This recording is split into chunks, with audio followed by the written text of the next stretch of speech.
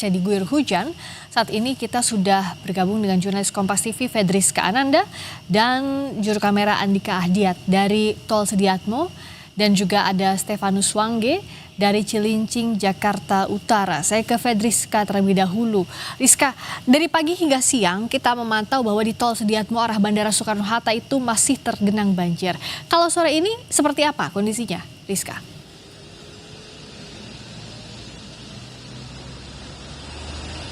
Ya, Friska, kalau misalkan untuk sore hari ini banjir di Tol Sediatmo menuju ke arah bandara ini sudah cukup surut, namun memang ada satu lajur yang menuju ke arah Tegal Alur yang masih digenangi air. Saya akan menunjukkan kepada Anda, Friska dan juga saudara, bagaimana penampakan dari air yang masih menggenangi satu lajur di Tol Sediatmo ini yang menuju ke arah Tegal Alur. Jadi memang ini posisinya titiknya tepat setelah keluar pintu Tol Cengkareng menuju persimpangan ke Tegal Alur.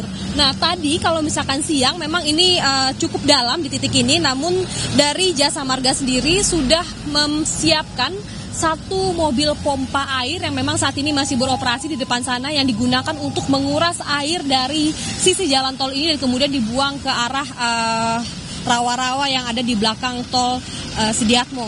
Nah, tapi yang menjadi catatan juga, Friska, ketika kami juga menuju ke tempat saat ini kami melaporkan, yang menjadi catatan adalah juga terjadi perlambatan sebetulnya dari arah tol dalam kota menuju ke arah Tol Sediatmo. Karena memang meskipun tidak digenangi banjir, namun ini terjadi perlambatan karena pertemuan arus dari tol dalam kota bertemu dengan arus dari arah tol Pluit, sehingga memang terjadi perlambatan. Namun ketika titik ini sudah terlewati dari arah tol dalam kota ataupun dari arah Pluit menuju ke arah bandara ini sudah lancar.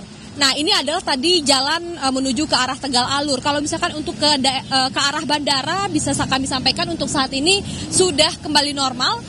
Baik bisa Anda lihat di sebelah kanan saya ini merupakan arah menuju ke bandara. Jadi memang sudah bisa dilewati oleh kendaraan yang akan menuju ke bandara. Tentu yang dikhawatirkan adalah ketika kemudian Tol Sediatmo ini digenangi banjir adalah bagaimana kemudian masyarakat yang akan menuju ke bandara terburu-buru untuk mengejar penerbangan ini bisa saja terlambat. Jadi memang harus menyediakan spare waktu yang cukup.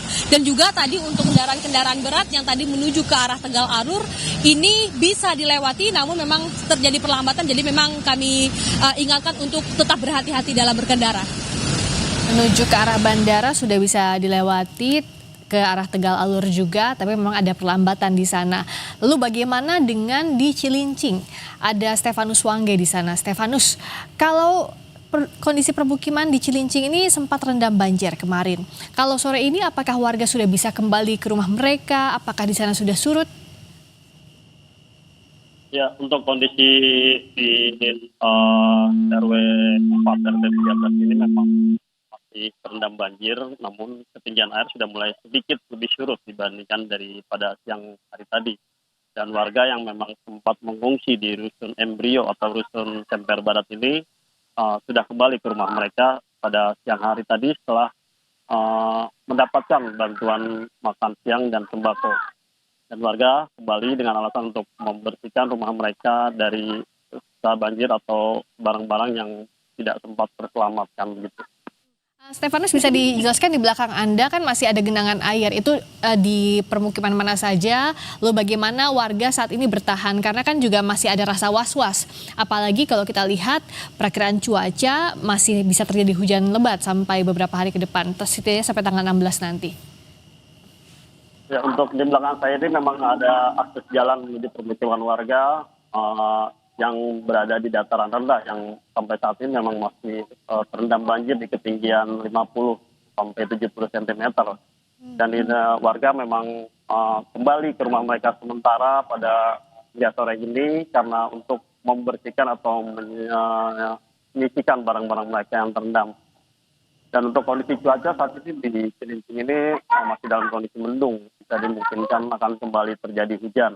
Dan warga pun masih bersiaga apabila curah hujan tinggi dan air kembali meningkat merendam rumah mereka, warga akan kembali ke lokasi atau titik pengungsian di Rusun Embrio ini atau Rusun Semper Barat Cilincing ini. Seberapa jauh lokasi pengungsian dari tempat Anda berada saat ini, Stefanus? Artinya kan warga kembali ke rumah membersihkan air, membersihkan sisa banjir, tapi kalau air kembali menggenang mereka tidak bisa tinggal di rumah tentu ya, harus ke pengungsian.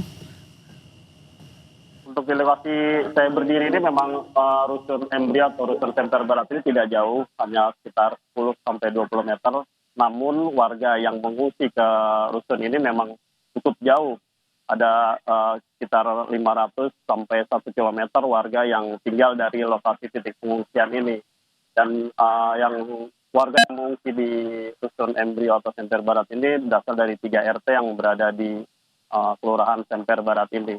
Ada sekitar 741 warga yang kemarin mengungsi hingga siang tadi karena kondisi banjir yang mengenangi pemukiman mereka ini. Kalau kondisi di pengungsian seperti apa, Stefanus? Apakah memang masih memadai untuk menampung jumlah pengungsi dalam beberapa hari ini, meskipun warga sebagian sudah kembali ke rumah? Untuk lokasi pengungsian yang disediakan di Rusun, yakni adalah di aula di Rusun Semper Barat ini. Ini memang sudah kosong, artinya sudah tidak ada pengungsi yang berada di aula ini, hanya beberapa 2 atau 3 orang saja yang masih berada di sini.